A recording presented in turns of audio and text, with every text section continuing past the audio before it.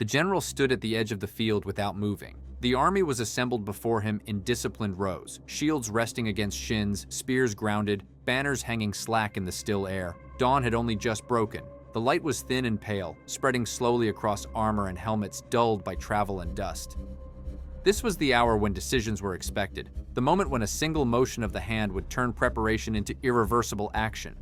He did not move. Around him, the machinery of command waited. Signals had been prepared. Horns were ready. Messengers stood with eyes fixed forward, rehearsing orders they had not yet been given. Officers nearby shifted their weight, careful not to speak first, yet unable to conceal their anticipation. Every man present understood the gravity of the pause. This was the final threshold. Once crossed, there would be no returning the bodies already committed. Wind crossed the plain. Dust settled against greaves and cloaks. Horses stamped and exhaled clouds of breath that rose and disappeared. The line held, but the silence began to press inward. In such moments, impatience often entered disguised as confidence. Commanders filled the gap with sound to reassure themselves that control had not slipped. The general remained still, not because he lacked resolve, not because uncertainty had overtaken him. His posture did not suggest doubt. His stance was grounded, balanced, deliberate. Hands rested where they always did. His gaze moved slowly across the formation, not searching for affirmation, not measuring approval, but observing what had not yet declared itself. The order he carried would not merely direct movement. It would decide the alignment of thousands of lives against forces already in motion beyond the horizon. Once spoken, the command would become an event that could not be corrected by explanation or apology. There would be no revision after the first advance, so he waited. The men felt the weight of that waiting before they could name it. Silence stretched longer than custom allowed. Some mistook it for hesitation. Others sensed something less familiar, a refusal to act before the moment itself had spoken. This was not delay. It was discipline held in place by restraint. The field remained quiet. The army stood ready, and the order, though inevitable, had not yet earned the right to be given.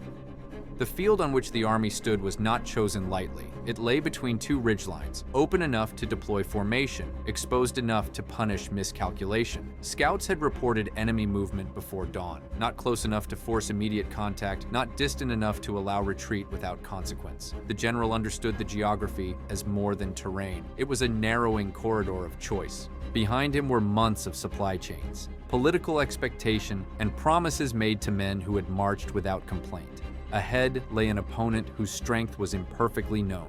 Intelligence was partial. Reports contradicted one another. Numbers shifted depending on the source. No map could account for morale, weather, or the way fear moved faster than orders once the first line broke. This was the burden of command that never appeared in triumphal accounts. The public remembered victories as inevitabilities. They rarely recorded how narrow the margin had been between advance and ruin. For the general, reputation was already at stake before the first command. Too slow, and he would be accused of weakness. Too fast, and history would name him reckless if the outcome soured. Around him, senior officers carried their own incentives. Some had earned promotion through boldness. Others had learned survival through caution.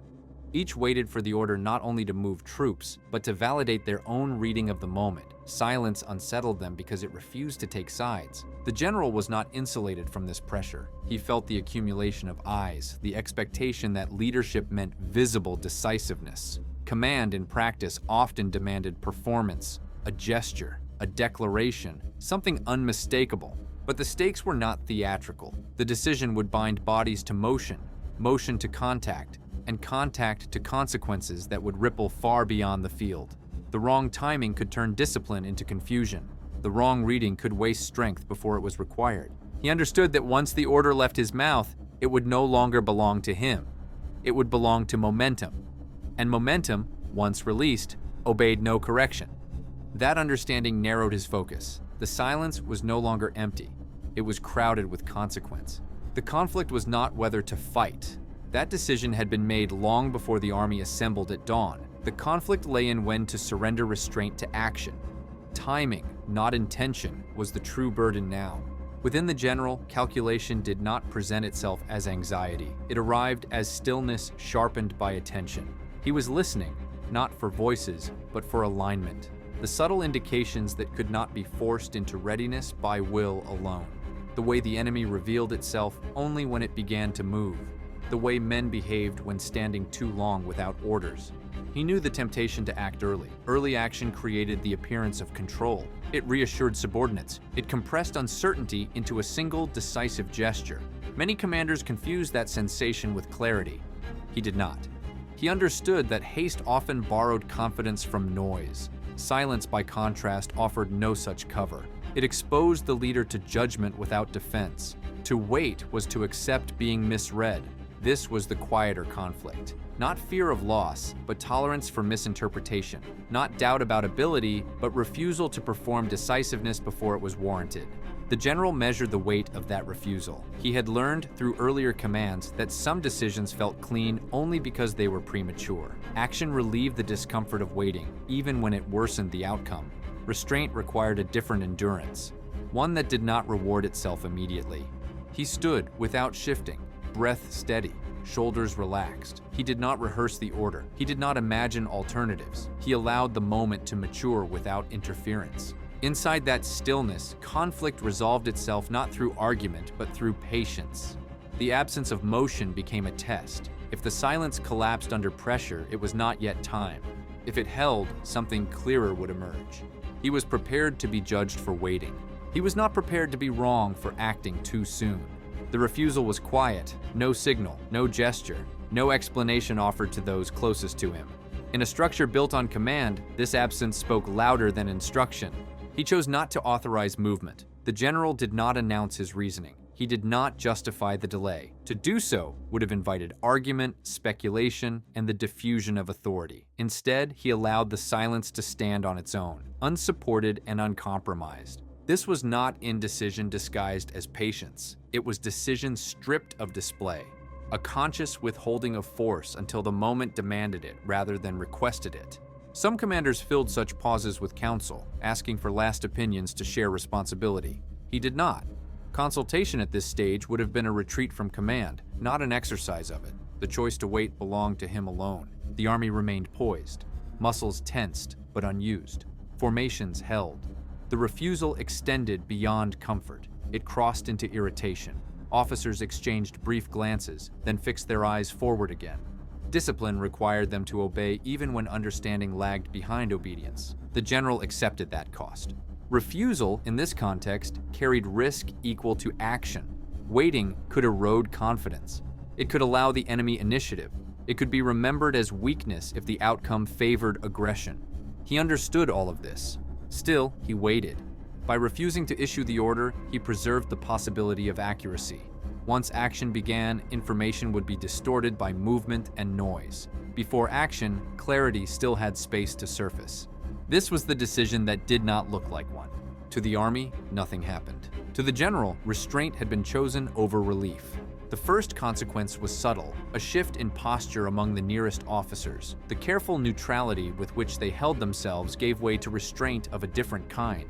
They had expected motion. Instead, they were asked to maintain readiness without release. Further down the line, men adjusted grips. Weight moved from one foot to another. Helmets tilted as eyes searched for signals that did not arrive. Discipline held, but expectation began to fray at the edges. Silence altered the atmosphere. It became heavier, no longer neutral. In armies, momentum often substituted for certainty. Here, momentum had been denied. Some interpreted this as caution, others as hesitation. A few, trained by long service, recognized something rarer, a command decision that did not seek validation through speed. The general allowed these interpretations to circulate without correction. To intervene would have broken the very restraint he was testing. Confidence that depended on reassurance was not confidence worth preserving. Time stretched. The enemy did not yet commit. Their banners remained distant. Dust rose and settled without escalation. The field stayed intact. Then, gradually, the tension shifted. Not because an order arrived, but because the moment clarified itself. The absence of immediate threat became information. The delay revealed what haste would have obscured. The general's refusal had purchased insight at the cost of comfort. Those nearest him felt the change before they named it. The waiting no longer pressed. It steadied. The line adjusted to stillness. Anticipation cooled into readiness. Silence, having threatened discipline, now reinforced it. Ancient histories preserved accounts of commanders whose reputations were shaped less by aggression than by restraint. Roman tradition in particular distinguished between speed that impressed crowds and timing that preserved legions. The difference was not rhetorical. It was measurable in lives spared and campaigns sustained. Within that tradition, delay was not inherently suspect. It was a tool to be used with precision. A commander who waited was not praised for patience alone, but for knowing when patience carried more authority than movement. The discipline required for such restraint extended beyond the battlefield. It demanded insulation from reputation, from the desire to appear decisive, and from the pressure to resolve uncertainty through action. Roman generals understood that premature engagement often served the enemy more than the army itself. This was not framed as philosophy in their records. It appeared as conduct, as men standing their ground without explanation, as orders withheld until the situation declared itself.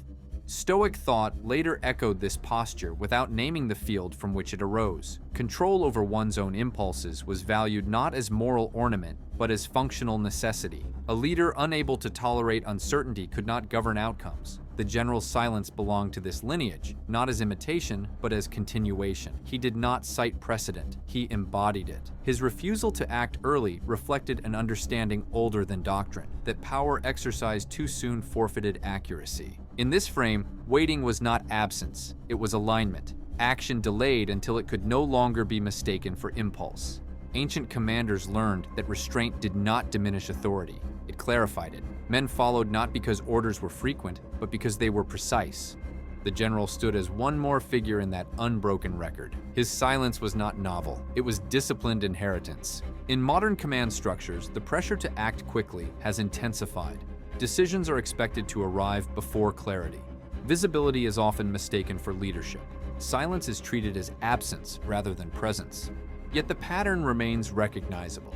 Leaders who rush to fill uncertainty often create movement without direction. Action arrives before alignment. Momentum replaces judgment.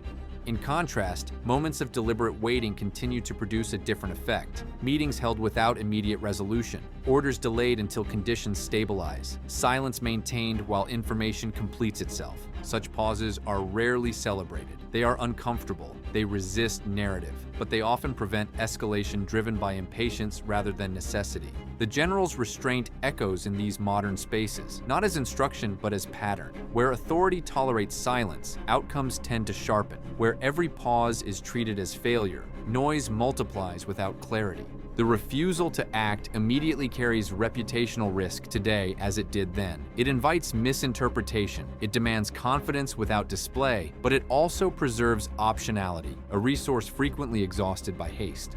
In environments saturated with response, silence becomes a differentiator, not as withdrawal, but as controlled presence. The moment waits until it is ready, rather than being forced into motion.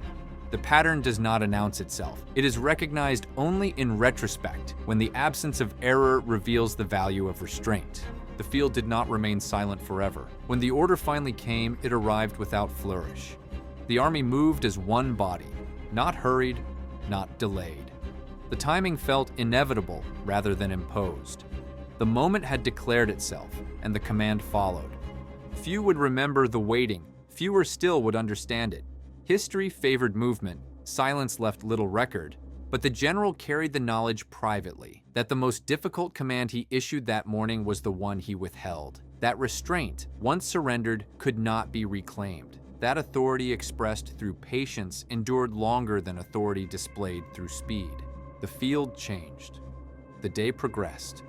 Outcomes unfolded beyond his control. Yet the stillness at dawn remained intact in memory, not as hesitation, as discipline. Some commands altered history because they were given. Others mattered because they were not.